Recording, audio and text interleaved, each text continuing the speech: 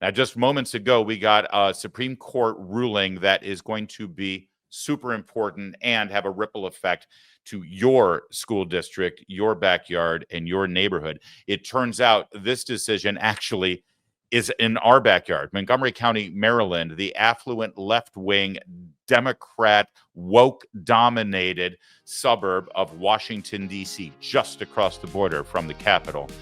And the Supreme Court came down on the side of sanity, came down on the side of parental rights when it comes to extraordinarily sexual content that these school districts want to force on your children. Here's the decision. Supreme Court sides with parents seeking to opt their children out of mandatory LGBTQ storybook readings. Quoting from the decision, the board's introduction of the LGBTQ plus inclusive storybooks, along with its decision to withhold opt-outs, places an unconstitutional burden on the parents' rights to the free exercise of their religion. So wrote Justice Alito in the decision. And of course, it was once again a 6-3 decision. Let me give you a little background on this, just so you know. Forever, parents have been able to opt their children out of sexually explicit or objectionable content. Now, usually that sort of content in a public schoolroom was confined to sex education class, health classes, they call them now. And your mom and dad, or if you are a mom and dad, always held on to the right to be able to say, tell you what, these issues I would prefer to talk to my child about, shot through the lens of our family's values, oftentimes our family's faith. Well, in Montgomery County, Maryland, they decided to remove the opt-out option for parents, and that's when all hell broke loose. Here's what's extraordinary about why they decided to do away with the opt-out. You see, in Montgomery County, Maryland, the LGBTQ plus kind of content was not just confined to sex education or health class. It became part of the entire curriculum. You're in second grade and you're learning how to read. Well, the book you're reading might have gay themes in it. You're in fourth grade and you're doing long division. Do they still teach long division in fourth grade? Well, if they do, the story problem may have gay themes in it. I'm not kidding. You're doing a social studies class in first grade. Your social studies assignment may have gay themes in it. It was everywhere, and parents started opting their kids out. It became a nightmare for the Montgomery County public school system because A, so many parents were opting out, and B, it affected so many different classes and subjects and curricula that they had to have alternate classrooms going on for the kids who had been opted out. Think about this for a minute. The Montgomery County school system had a nightmare on their hands that they created because so many parents were opting their kids out of objectionable content. Their solution, instead of removing the objectionable content, their solution was to remove the parents' rights to opt out. Let's bring in our friend Chris Stigall. He, of course, the morning radio host on Salem News Channel, Salem Radio. And I know, Chris, you have a great affiliation with the folks at Herzog Foundation who run the Lion, because this kind of thing, Christ-centered education, this is their wheelhouse. This is what they're all about. Y'all have to be sort of jumping through the hoops today, excited about how this decision came down. It's so important, Larry. It's obvious. It should be obvious to everybody who's a parent, certainly. But you know who's interesting in this ruling? It was the three ladies we all know, Kagan, Sotomayor, and Brown, Jackson Brown. I don't know. What is a woman lady? I believe Jackson Brown sang with the Eagles, I think, in the late 70s and early 80s, right? Didn't he write Desperado? And I didn't like them either.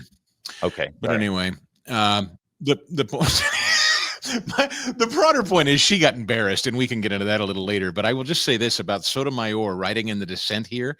And this typifies why the Herzog Foundation exists, why school choice is so important to them.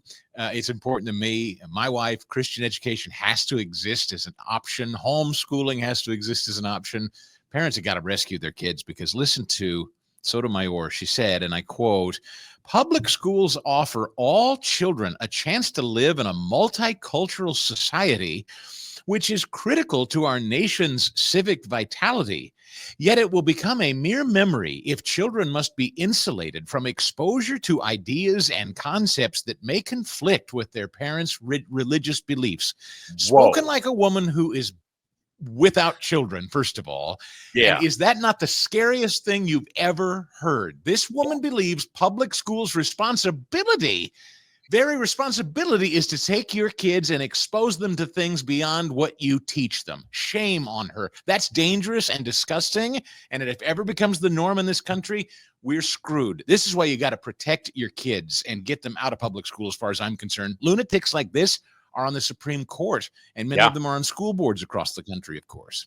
Oh, yeah, absolutely. And listen, this may have happened in Montgomery County, Maryland, but this is happening in school boards all around the country. Sadly, everywhere. Conservatives sort of lost sight of how important these school board elections are.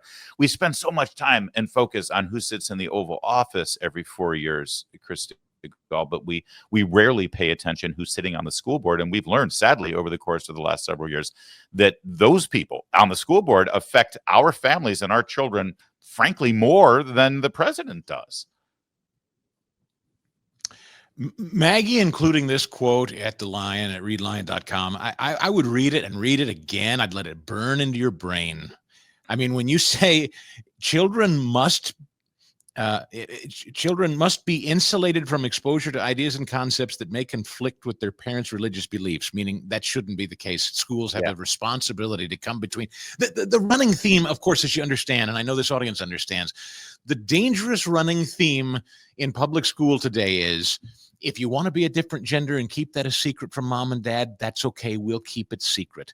If you want to read something and we want to expose you to something that your parents don't want you to know, we'll keep it secret. They're trying to drive this wedge between parents and family and insulate it with a court of law, pass laws to prevent parents from having a role in raising their children. It's actually really horrifying. It should chill anyone with children, I should think.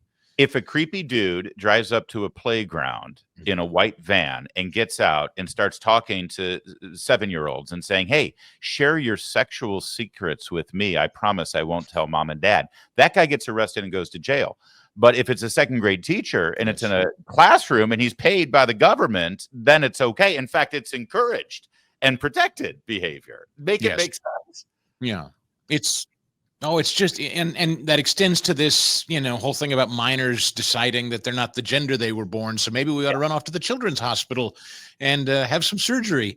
It's madness. And I know at the Lion, they've written stories about teachers who are taking, minor kids, 16, 17 years old, who want to be a different gender, literally taking them home and providing them a safe haven where they can play dress up with the kid. And so mom and dad don't have any say in it. And I'm not saying that's commonplace, but it's happening enough, and that can't be normalized. You can't have public school teachers effectively kidnapping minor kids and letting them play dress up without their parents' consent. It's lunacy.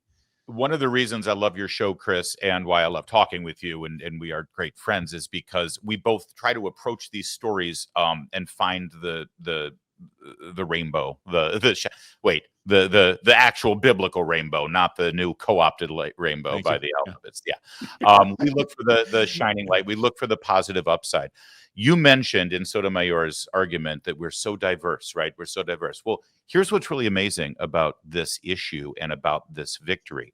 The diversity is actually from the plaintiffs. It was from the parents in Montgomery County. The parental groups that sued the school district, they were Muslim, they were Orthodox Jewish, they were Ethiopian. There's a huge Ethiopian Orthodox Christian community in Montgomery County. They were the ones who sued, not the WASPs, not the liberal, Protestant parents in Montgomery County. It was Orthodox Jews, Orthodox Christians from Ethiopia, and Muslims who all said, oh, hell no. And that's where the diversity is. Yeah. Isn't that beautiful? What a brilliant point. That's exactly right. They have gone so far, whacked out left. They've taken all of the Orthodox faiths and united them in one common shared goal, and that is to push back against those that would undermine their faith values. It's a brilliant point. It's sad that it took this. But yeah, the ones driving it, to your point again, back to the lunatic in New York, it's the suburban white waspy lady who thinks this is cool. It takes all the orthodox religions to join together and say, hey, butt out of the way I raise my children, lady. They're actually the least diverse group you're going to see. I don't know if you saw the victory party for Mamdani in New York, but it was the whitest party you'll ever see in your life. I mean, isn't that ironic? Yeah. In fact, while we're doing these mass deportations, maybe we're, starting to broaden the net, and maybe it should just be the white liberal suburban and urban women that should be. I'm sure there's. By the way, he's an Islamist, isn't he? That Zamdani Morgani Madmani, whatever the hell he is. He's I think like a stated Islamist, and I always find it very, very interesting when American women cling to Islamism, because boy, if they could get a taste of that in action, you gals wouldn't have much to say at your rallies. I'll tell you that.